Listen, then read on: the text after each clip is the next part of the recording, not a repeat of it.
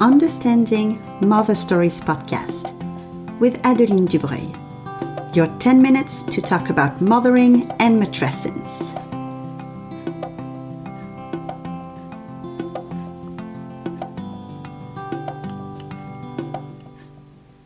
Hello Mama, welcome back. I'm here today with my amazing, funny 7-year-old daughter because her and me, we've been working on our mental health and what it means to care for our mental health.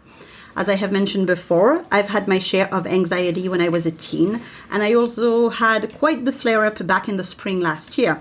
Of course, there were reasons behind it, but the anxiety itself sneaked back, and by the time I realized it was there, as in I had physical issues that were showing anxiety, well, by then I was feeling defeated, like I was failing, and it took me quite a bit of strength and the support of my husband to actually ask for the proper help. I can now say it's under control, but when it creeps back in and it happens, then I feel better prepared, and I also want my daughter to also feel prepared for when she gets overwhelmed. Being overwhelmed is something that happens a lot in toddlers. It still happens to older children, teens, and adults. And us as mothers, we know what it feels like to sometimes feel overstimulated and overwhelmed. It also happens a lot and is a bit stronger in children that experience, or adults that experience, certain kinds of neurodiversity. So, Alexis, what do you feel can be overwhelming at times for you? When people make a lot of noise, when songs make a lot of noise, so when people are talking very loud, even when they're not talking at me, or if people get mad at me, it's very overwhelming. And it also gets very overwhelming if the person doesn't stop talking madly at me. Mm-hmm. I can just start walking back or trying to hide my head in my knees. Mm-hmm. And what do you think other children might feel stressed or anxious about? Like some of your friends, for example. What do you think they can be stressed about? Well, a lot of things that can happen in school, like if they have a test coming up, mm-hmm. and they don't really feel prepared, they can feel stressed. Mm-hmm. Or when they're going into a new grade, they might be thinking, am I going to have my friends over there, or is they going to be completely other persons? Because I feel that too. Sometimes when I do my activities and I change level, I'm like, am I going to have friends there? Or is my teacher going to be the same? Am I going to know some of the people there? It can make you feel like you want to hide when it happens. Mm-hmm, that I can understand. Okay, so first, before I keep asking questions to Alexis, I want to tell you guys that back in September in the fall, we visited an exhibition at the Natural History Museum here in Halifax by Holy Carr. Holy Carr had a new book that was out, and it was around nature and mental health. So they had this amazing exhibition at the Natural History Museum, and we went there on a field trip with your brother. So what did we learn about mental health, and what are strategies that we learned about during the exhibition? Well, Holy Carr said that you can do art. What does it do to do art? How does it help you? Well, it's basically just like you can use art as a way to express the emotions that you're feeling. Mm-hmm. Like you can choose at least 3 or more colors that you think express the emotions that you're feeling. And then you can take a page of paper or write down, take a notebook. And then you can just do swirls, or you can draw a person, you can draw yourself using those colors. You can do breathing. Mm-hmm. But which type of breathing did we use especially? I used to be learning with my mom what we call square breathing. Mm-hmm. So you sort of draw a square by breathing in for 3 seconds, holding it for 3 seconds, breathing out for 3 seconds, and then holding it for 3 seconds, and you restart until you kind of feel completely calm, or as calm as you think that you can be. Mm-hmm. And that's a really good tool. That's also something that when I talked with the psychologist when I was anxious, she really encouraged me to use square breathing, and I do it every morning as part of my morning routine. So what else did we learn? We also, when we went there, we went to do yoga. So there was like a very little screen with a bear that was teaching us how to do yoga, and there was mats that were set out. And then we did some yoga there, and it's just like a lot of ways to feel less stressed or not feel your emotions as much is to get distracted or do something that would express them in ways that then you don't feel it, but you can express it, or get distracted from it so that you don't feel it anymore. You don't feel it as much. Yeah. And what else was there? You can also walk in nature. So sometimes, not always in the city, but sometimes around the country, there's trails through forests, and those can be very helpful. You can also listen to the sound of water flowing. If you have a waterfall nearby, it can be rare, but yeah. You can buy some like kind of fake ones that you put in your house, and mini water fountains. Yeah, absolutely. And what else? So we talked about doing art, doing yoga, doing breathing, walking in nature. And what else was suggested in the exhibition? Well, you can also do meditation. Yeah. Meditation is just a way, it's not always a thing to keep you distracted, but a way to let go of the emotion. It's kind of harder to think about when someone tells you that meditation is meant to let go. Some children might be thinking, but how do I let go of my emotions without them actually coming back? Yep. And meditation is specifically made to either express your emotions or find a way to just let them go and like wander around in your brain like streams and flows. I think it's about also accepting your emotions, accepting that they are there, not fighting them. I think there's a big part of meditation, that's what it is. It's just not fighting your emotions, not fighting your thoughts. Just accepting that they are there and just like take the time to try to let them pass. Yeah, because feelings are natural. And us as humans and all the other animals feel emotions, but...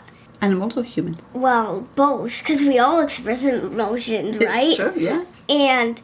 it's also a thing to think about is us as humans, we've developed those ways. But if we think of animals when they feel scared and stuff, what do they do? Haven't developed a lot of stuff. They just have to find out on their own. They might be thinking how to try out stuff, and it might not work. And if they're smart enough, they might even keep trying to do other stuff. But us as humans, we've developed meditations, which are very useful. We can just... like go in a place and do that meditation, and it helps us. Yeah, absolutely. And you know, there was another station at the exhibition that I just thought about also. Remember when we wrote down on those leaves? Do you remember what it was? Yeah. What was it? What we feel grateful for. Exactly. Yeah, so like we were talking about gratitude and how gratitude is very important as well for seeing some positive aspects of our life and also show us a positive light. Because sometimes when we have chronic stress, where we feel overwhelmed, when we have anxiety, we tend to see things in a negative light. And gratitude is definitely an amazing mental health tool to be a little bit more positive, or at least recognize that we all have positive things in our lives. Now, Alexis, outside of what we learned at the exhibition, what are tools and strategies that you use to support yourself and to support your mental health?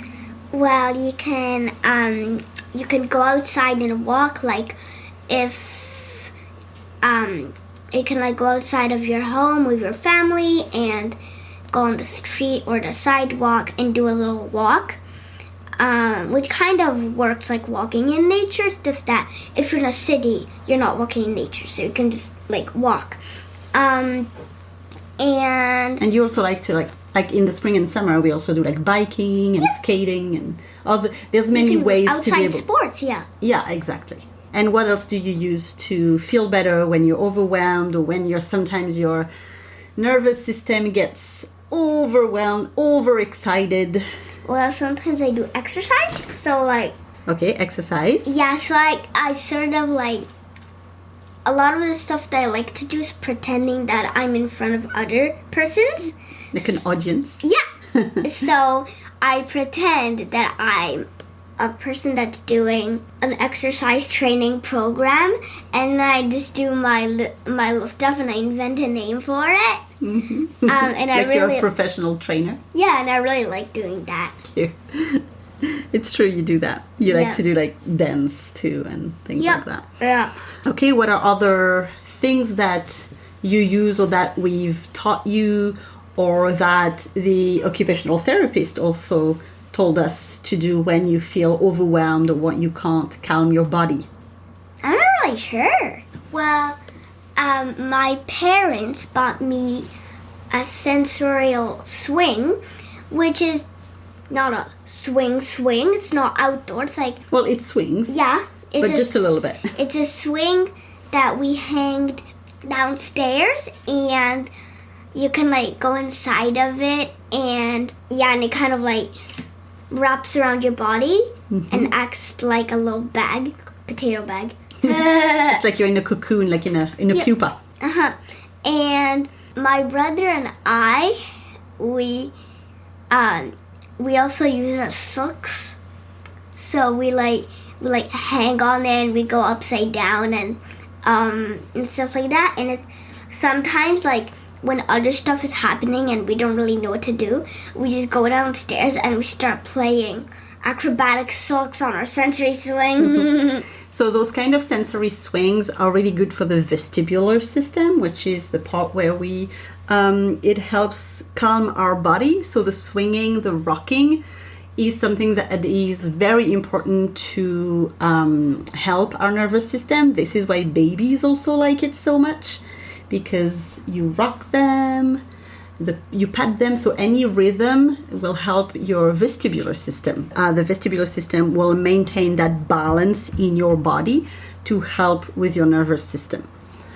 Okay, Alex, one more tool that you use to calm yourself, to help yourself feel good, to reflect on what you do.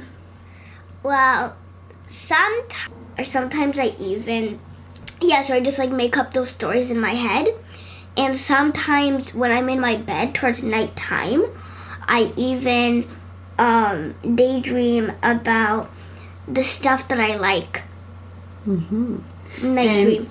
At bedtime, what is it that you do that helps you like calm down and feel calm before bed? I journal. You journal? Yeah. So what do you do in your journaling? Like journal sessions, and we just listen to the question that the person asks, and there's also like a little music that plays, and we list those questions and put the answers in our journal. And then most of it is like gratitude, so like reflecting on the stuff that we really like or stuff that happened. And the other questions are about what do you want to do tomorrow? What challenges have you like faced in that day? And that if they happen again, would you What you would do differently? Yeah, what would you do differently when those happen? And you also have a special journal, the Big Life Journal? Yeah, the Big Life Journal. It's journal that my mom bought. The starting pages, it just like you write down stuff about you, and there's also a page of your emotions that you have often, and how would you control a type of emotion, how would you control it, how would you help, and then the Big Life Journal also has all these pages of, it has little questions, and you can put the date, and then you answer the questions of what happened on your day. So like, what do you like about your body? What do you like about your brain? A mistake you made and you learn from it. I feel happy when I ... Like you can reflect on what you like and things that were hard, but also things that are happy. But it's not like a normal journal where you just write down. It's it like gives you prompts to answer. Those printed questions on the pages, and then you just answer. Okay. Well, that's great. Thank you so much. High five. Loud one. So these strategies are not just for adults or just for children. It was a discussion with my daughter because we really like talking about these things. As a neurodivergent child, she needs some of these tools and strategies to be able to go throughout her day, to learn about herself, and to try to calm herself down. But the thing is that, when I scroll through social media or when I talk with mothers around me, I do realize that a lot of us do not have these down. We did not necessarily grow up with those strategies. So we have to feed our inner child that didn't have those strategies in the past to now reparent ourselves through our children and while parenting our children. So that's not always an easy task.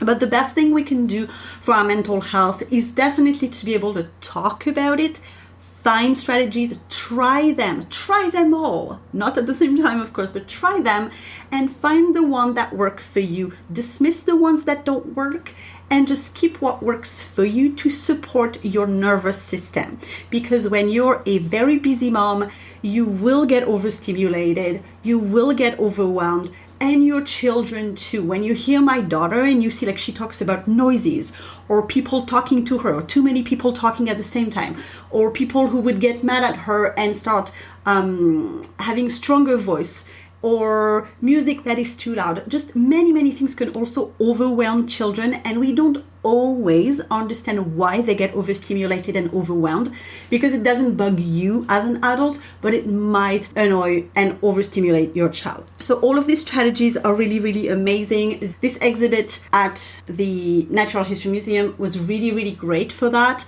and I think that these are all really good strategies to try. And while you don't need to do them all, you choose the one that can support you, and long term, it will support your mental health as a whole.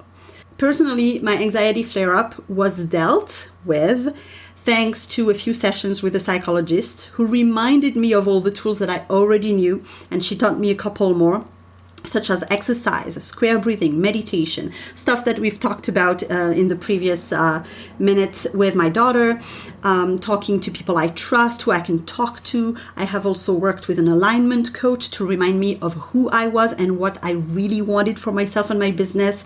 I have read a few books that supported me as well.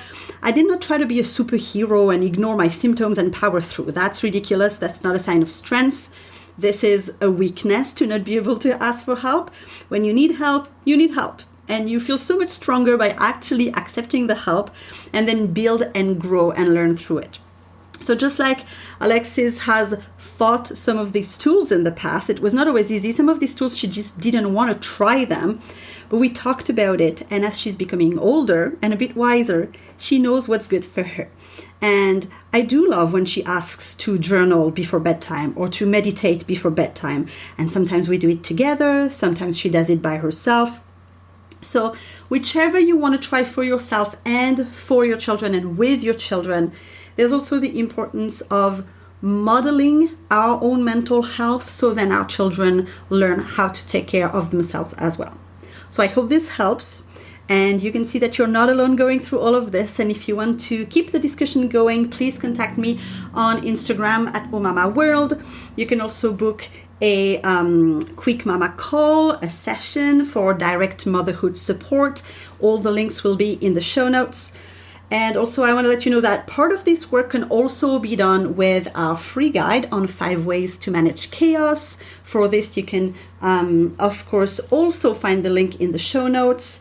And I really hope that we can keep the discussion going. Mental health is just so important. We can't ignore the damage that it has done in the past and the damage that it's still doing for people who do not feel safe enough to talk about their mental health.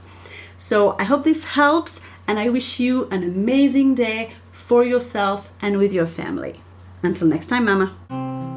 Thank you, Mama, for listening to this episode of Understanding Mother Stories podcast. You can find us on Instagram at omamaworld or on our website www.omama.ca.